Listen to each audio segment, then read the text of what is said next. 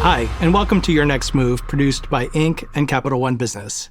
I'm Mike Hoffman, editor-in-chief of Inc. We're excited to have a conversation today in our brand new Your Next Move studio to talk about sales and marketing. And with us, we have two great entrepreneurs who are experts in building a mission-driven brand and bringing creativity to all that they do. So Yelitza, let's start with you. You're the founder of Healthy Roots Dolls, and this is a 10-year-old company. You've built this amazing brand that's sort of mission-driven, and it's based on creating greater representation in toys. Can you talk about where the idea came from and how you started out? So Healthy Roots Dolls was born out of my own experiences growing up. I never really had a doll that looked like me, that had hair like me, had my nose, had my lips, had my skin tone. I took that conversation to social media, and what I was doing at the time is actually getting validation for that concept to demonstrate that there's a need, because hundreds of comments later, my friends and I talked about how we never had products that looked like us, or we didn't know how to do our hair, and saw it as an opportunity to do more than paint a doll brown, but to create an educational hair play experience. Piera, you're the founder of 29 Rooms, an experiential event company, and before that, Refinery 29, which is one of the great media startups and media brands of the last 25 years. Going back to the early days of Refinery 29, how did you guys think about that brand and how to market it and how to position it relative to all the other media outlets that are out there that serve very similar audiences? At the time, the media landscape, especially speaking about fashion and style and beauty, was very serious and very rules-based. There wasn't that much experimentation happening in digital, especially among the big brands. And so we saw that as such a great opportunity to play, experiment, try new things. We would host parties and really bring people together in person. We were focused on these independent designers, independent boutiques, and people said we wouldn't be successful because those brands didn't have a lot of money, didn't have a huge reach, but they were our initial community. They were our first advertisers. Our first investor was one of these small boutiques. So it really became a self-supporting group. Thinking about grassroots marketing, you actually used Kickstarter in a really interesting way. Can you talk about that? I was a designer, not an entrepreneur. I didn't know anything about raising capital or necessarily running a business. And I found that it was really challenging because I was being met by people who were telling me this idea is too niche, it's too small, there's no market for this isn't fundable, nobody's gonna buy this. And so as I kept running into that wall, I was like, I'm just gonna show them. So we used it as a way to show that there was a demand, get the funding necessary to build our prototype, and then bring it to market. And people will always ask me, how did you get those press features? I was like, I spent 9 months before the Kickstarter campaign talking to people, going around, going to the events, meeting people, shaking hands, sending emails, and building relationships, and also growing your newsletter, because it's important to own that audience because you can always communicate with them. So that was how I brought my product to market. I think it's interesting, right? Because Kickstarter is a vehicle for raising money, but also has a marketing effect, right? And newsletters Absolutely. are a vehicle for reaching your customer, but also has a marketing effect. So how did you think about each activity that you take in the early days of a startup and as your business grows, and what the multiple reinforcing effects of those might be? Piera, let's go with you. It was really just about doing small, low stakes experiments that we were excited about, that we had a intuition about, and then seeing how they panned out. And sometimes they worked, sometimes they didn't work. And if they worked, we would do 2 more experiments in that direction. As we grew, obviously we had more strategy, but I think that kind of balancing strategy with playful experimentation and taking bets, small bets, is really how you move forward and how you continue to do fresh and new innovative things. I love that idea because so much of marketing now is quantitative and around lead gen and performance and results, and that's all important, right? Yeah. But I think that consumers have a real sort of relationship with brands that are fun or that inspire emotion. It could be fun and play. It could also be something like inclusivity, which is a powerful emotion. So I'm curious, how do you think about that balance, Yelitza, between playful experimentation and results-oriented marketing, and where the two combine? I feel like my brand kind of lives in both because it's a children's brand. We get to be playful, we get to be fun. I know when I started, similar to you, we were experimenting. I call it spaghetti to the wall. I love that. You're trying to see what sticks. And I think a lot of people are afraid to put out bad content or put out something that doesn't look good. The first version of my product was awful. To me, at least. I didn't think it was cute. But if I didn't put it out, I wouldn't have my current product because customers wouldn't have given us feedback about the packaging, how the hair was pinned back, how the shipping experience was, so that we could work with different fulfillment partners and build out these systems. I'm proud of the fact that I wasn't afraid to put out things that I thought were bad, but open to receiving that feedback. I think something that a lot of brands get wrong, and people honestly, is, holding things back and waiting for perfection, trying to over-engineer and, over-perfect, and because out of fear of putting something out that's not 100% there. But if you wait and wait and wait and wait, you don't get those insights that you get from putting something out when it's part of the way there, so that you can get it all the way there in a way that actually resonates with the people you're making it for. What's a powerful piece of feedback that you got from customers that you then were able to actually change the approach, the shipping, the product, the content for your business in a way that actually then resulted in growth? When we were first growing Refinery, we were early on in the world of branded content. And so we did a partnership with a bag brand, and we curated the bags that we thought our audience would really like. And they said, no, these are the ones that we're pushing right now. You have to feature these.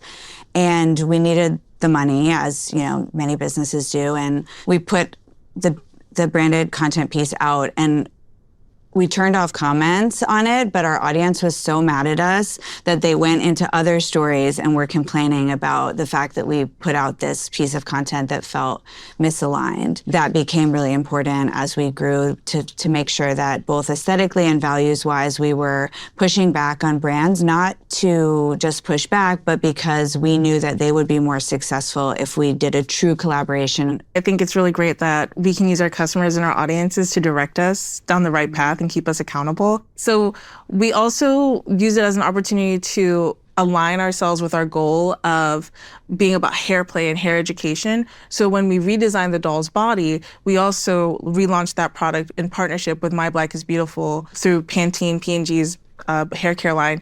And it helps position our product in this space as like, this is hair and beauty, and we're all about representation and showing you how to understand your hair, and also make it a big splash. So we got featured in Essence, all these media platforms and things like that. And we also got to show everybody how we had improved the product. So it was a win-win. Is that an innovation in the toy space?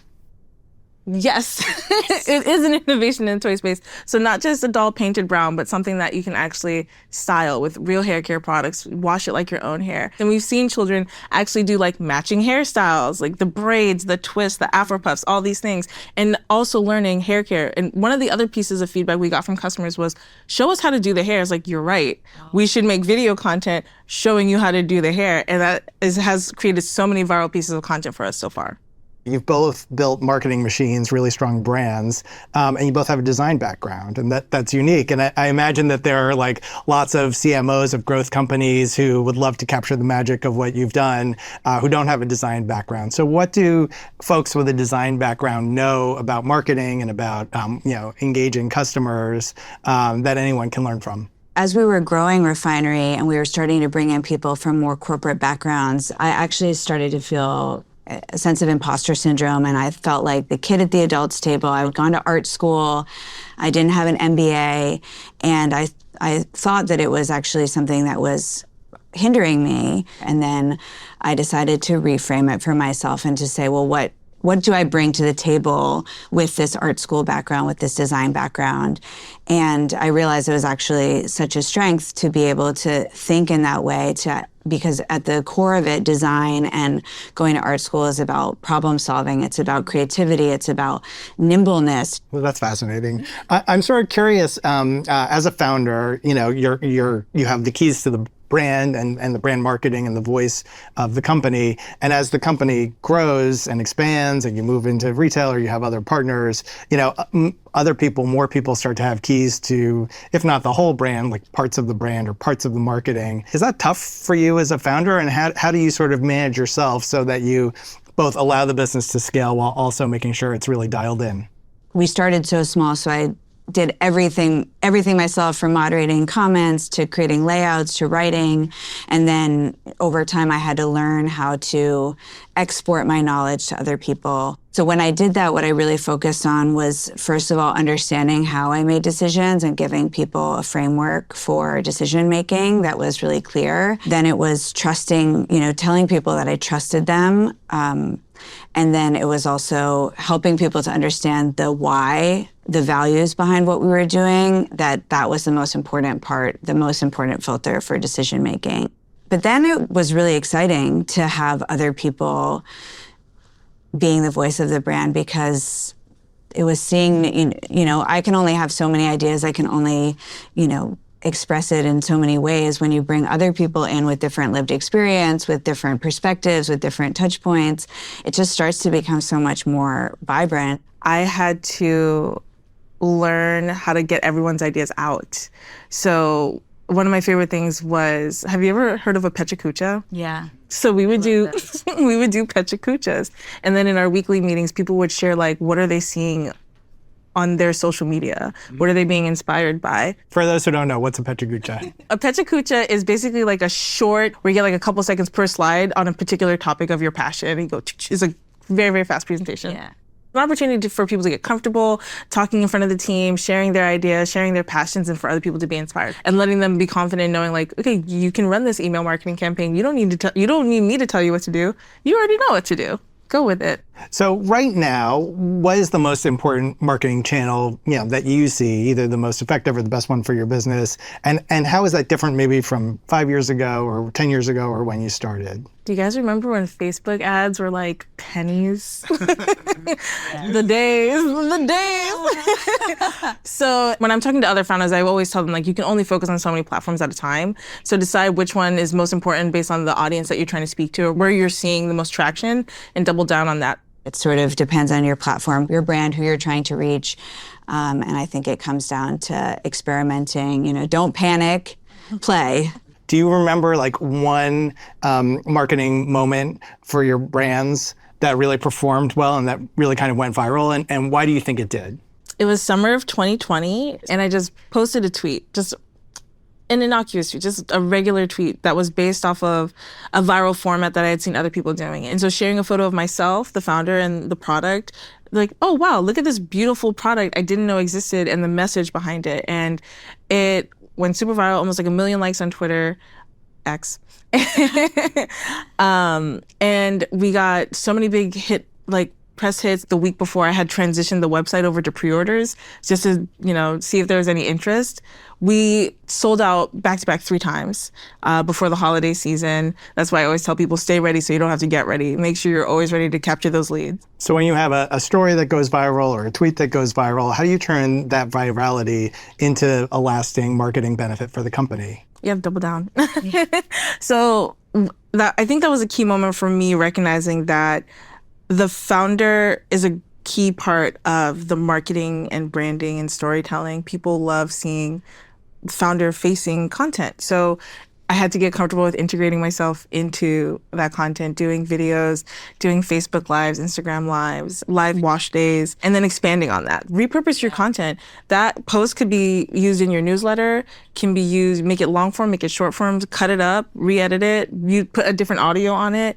You can do so much with that. So we were able to create basically a content machine that was distributed across social media. So if you have a high-performing piece of video content or a high-performing photo asset, turn that into an ad and find the targeted audiences. So retargeting your people who have engaged, people who have visited your website, all those things. I agree. We used to always have this expression, sweat the assets, sort of a weird, I never really liked the expression, but it was essentially, how do you take what you're doing and really make it work for you? And again, often I think when people are creating content, they think, okay, I already did that, on to the next. It's no, you did it, now can you cut it in different ways? Can you do it as video? Can you do it as text? Can you put it on these different platforms? Can you come up with a new spin on it? If you had a business that was, 10 or 15 years old and had grown nicely, but was sort of stuck, and all of a sudden,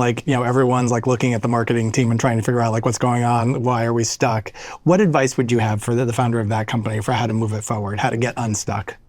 I would say to build a culture of creativity and really focus on how are you creating a safe space in your company for creativity, for experimentation, and helping to really juice the creativity in the room. It's counterintuitive, right? Because in a moment when things are not working, you do tend to get focused on that sort of scarcity of that, and you have to work on bringing people into that place of possibility and curiosity and inflation. So finding the way there, I think, is absolutely critical so that then the team can work together to find the creative solutions. You have to constantly be feeding yourself.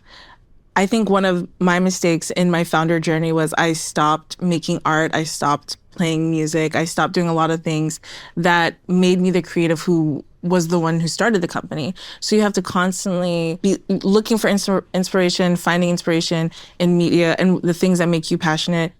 I love that. Well, obviously the name of our series is Your Next Move. So as you think about your founder journey and the sort of marketing of your brand and what comes next, what's your next move? My next move is to make sure that my brand is forever in a place to support the next generation of children. And beyond that, I want to be not just someone who pushed the industry forward, but someone who continues to bring ideas to other spaces and other companies and other industries and recognizing the value we can create for people of all different backgrounds. My next move, I'm doubling down on playful creativity. I'm writing a book right now called The Playful Way that'll be out with HarperCollins. So it's really all about helping people to tap into creative, playful way of life. And I'm also opening a new company, which is called Numaluma, and it's going to be, I'm calling it the Strava of creativity, so helping people to live creatively in ways that are communal, that are inspiring, and that are fun. Thanks to Yalitza and Piera. And we'll have more from them ahead. But first, we want to hear from you. Here's a poll question, and please give us your answers in the chat. What's your most powerful marketing tool for scaling your business? Is it social media marketing, email marketing, strategic partnerships, or paid advertising? And now, we're joined by another sales and marketing expert, Karen Bonner, who's the Vice President of Brand and Acquisitions Marketing at Capital One Business. Thanks so much for joining us today, Karen. Thanks for having me, Mike. So, fast-growing companies need strong sales and marketing functions for continued growth, but there are so many competing demands for budget. How can companies begin to narrow down where to invest?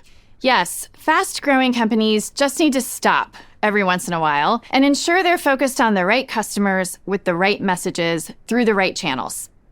You need to understand who your best customers are and how they might have changed over time. So for example, for many growing companies, larger average transactions have evolved over time. So are you now looking for customers who can place a larger order or purchase with you? Or maybe your original focus was on a luxury or premium audience, and now as you grow, you may need to think about being more price inclusive or accessible.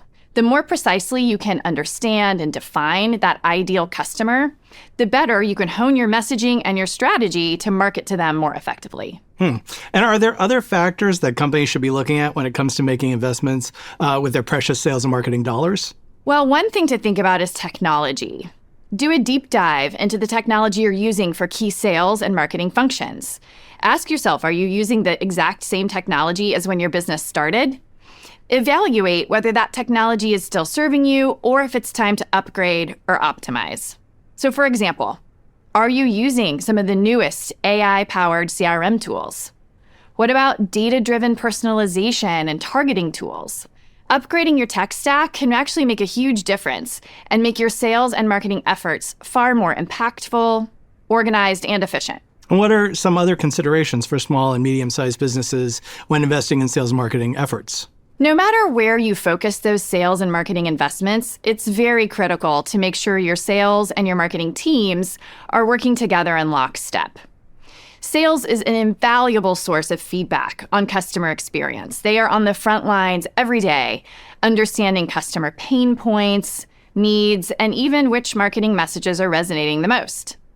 Marketing, of course, provides leads to the sales team, but they're also the ones creating brand awareness and really enabling your company to turn prospects into customers. So creating that open feedback loop and collaboration between sales and marketing can definitely improve lead quality, but also improve customer experience with consistent, relevant messaging across the entire customer lifecycle. Thanks so much, Karen, for being with us today and for sharing these insights about making smart sales and marketing investment decisions. Thanks so much, Mike. In today's digital landscape, businesses need to be more strategic than ever to reach their customers. So are you ready to make sure your brand's message isn't lost in the shuffle? Inc.'s own Sarah Lynch is here to explain how. Thanks, Mike. Picture this. You're standing at a busy intersection, cars honking, people crossing from every direction, and someone's blasting music. That's what today's marketing landscape feels like. Chaotic, noisy, and difficult to get across. But what if you could guide your message directly to the people who need to hear it instead of shouting over the noise? Multi-channel marketing is how you make sure your message reaches the right customers, wherever they are. Multi-channel marketing is exactly what it sounds like, reaching your audience across multiple platforms. Whether it's email, social media, a website, or carrier pigeon. Okay, maybe not carrier pigeon, but hey, if it gets the job done, why not? The point is, it's about being where your customers are and making it easy for them to connect with you. In fact, businesses that embrace multi-channel marketing see their efforts pay off with 3 times the effectiveness compared to those that stick to a single channel. Before we dive into the big players doing it right, let's clear up what multi-channel marketing isn't. Just running campaigns on multiple platforms doesn't automatically make it a multi-channel strategy. A true multi-channel marketing strategy ties everything together while tailoring the campaign to each platform. So why does multi-channel marketing matter? You reach a broader audience by being present where your customers and prospective customers already are. You increase engagement by creating more opportunities for them to interact with your brand. And you build trust through consistent messaging, which makes your brand recognizable and reliable. Take Airbnb, for example. In 2014, the company launched its Belong Anywhere campaign, and it's still considered a masterclass in multi-channel marketing. And remember, this was long before Airbnb was the big public company it is today. The central theme of the campaign was about personal connections made between hosts and guests. Airbnb launched a new logo, the Bello, a distinctive mark combining symbols of people, places, and love. Commercials on TV and YouTube featured emotional storytelling about hosts and guests, and the feeling that you're home even while traveling the world. Meanwhile, over on social media platforms like Instagram, Airbnb encouraged customers to share user-generated content such as photos and videos of their stays. The company also bought billboards and transit ads in major cities that featured the Bello logo and campaign message. The campaign was carefully crafted to suit each individual marketing channel. No matter where someone saw the campaign, on Instagram, a YouTube ad, or billboard, it felt like part of the same narrative. And the results? They spoke for themselves. More hosts signed up, bookings jumped, and Airbnb's user base grew by the millions in just a year. You don't need to be everywhere to make an impact. Sometimes just a few well-chosen platforms and a creative idea can drive major results. When Arby's leaned into branding itself as a sandwich shop in 2018, in addition to TV commercials and digital ads, the company sunk its teeth into social media with the Make My Sandwich campaign. Arby's crafted portraits of celebrities and fans alike using only their sandwich ingredients. While the message was similar across platforms, Arby's tailored the content for each marketing channel. The campaign invited celebrities and fans to request their own sandwich portraits using the hashtag #MakeMySandwich. And the requests rolled in, from Arby's everyday customers to celebrities like Jeff Goldblum, and even fictional characters like Totoro. Even competitors couldn't resist. Wendy's requested a portrait and received one, with an Arby's hat as the finishing touch. And the hashtag #MakeMySandwich was mentioned 32,000 times across platforms. And the posts drew millions of views on Twitter, Facebook, and Instagram. Even if your company isn't as big as Airbnb or Arby's, and you don't have piles of cash to spend on a big marketing campaign, you can still make a big splash. Just make sure you know your audience, focus on your core messaging, and track your results so you'll know which platforms drive the best results for your business. No matter what product or service you're marketing, remember that the media landscape is constantly changing. And relying on just one platform to get your message out can be a risky move.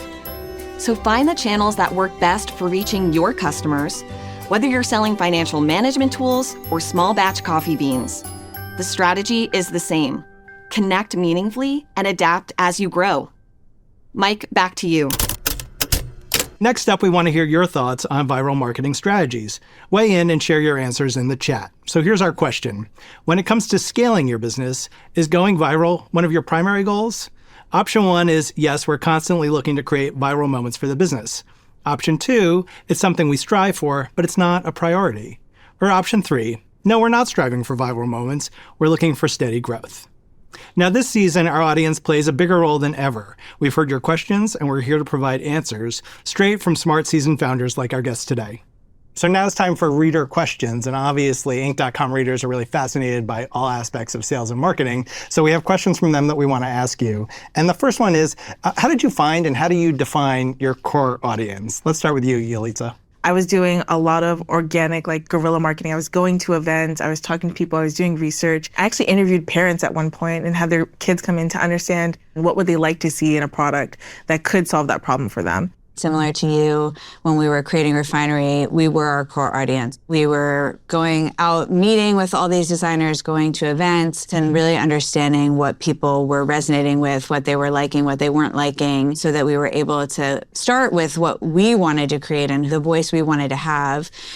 Finding the people that, the small group of the niche group that really resonated with that, they became our grassroots evangelists. And then from there, we got to know the audience through really being curious, being, engaged with them, having a dialogue, going back and forth, and building from there. So our next reader question is, in this moment, organic social media growth is tough, but what are your tips for how to do it right now?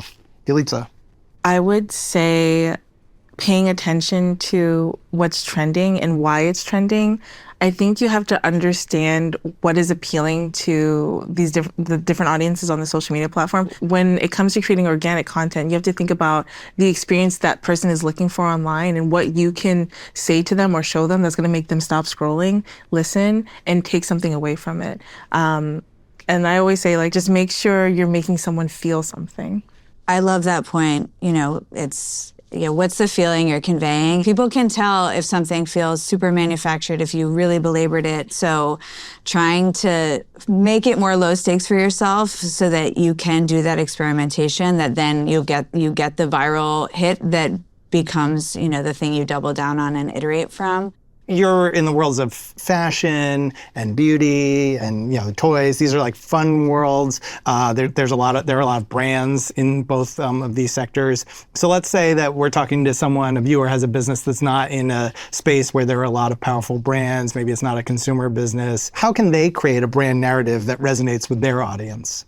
So yeah, I think it comes down to being authentic to yourself and to saying, am I the only one that can tell the story that I'm telling? Am I the only one that, is going to say this the way that I'm saying it?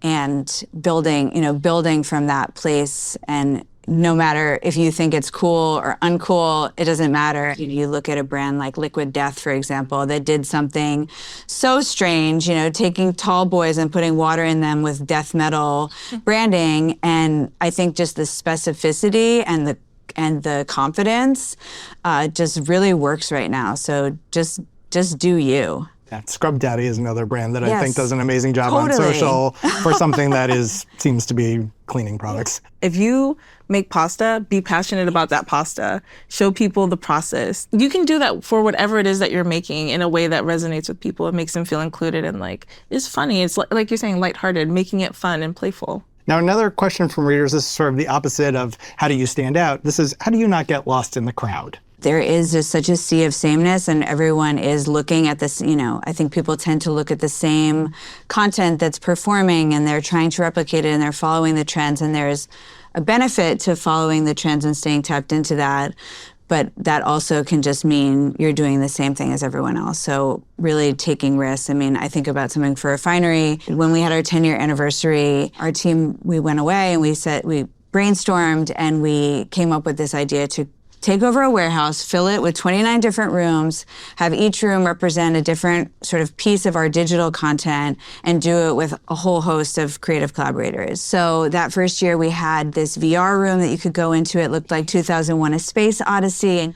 We had a a blacklight silent disco that was done by this artist, Hattie Stewart. You walked in, you went through this lipstick mirror maze that we did with a beauty brand. But when we pitched it, someone in the room said, maybe we should just have a cocktail party. The risk felt scary, and they just wanted to do the tried and true thing that they'd seen other people do. A sea of sameness, right? And that's the sea of sameness. And instead, we took the risk, we made it work, we did the weird outlier thing, and we had lines down the block. We reached 1 in 4 people on Instagram that year, and we created basically all of Instagram.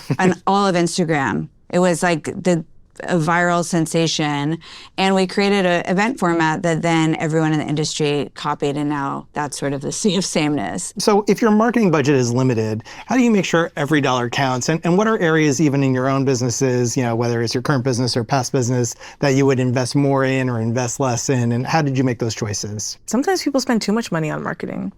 I think there's a lot of stuff you can do for free.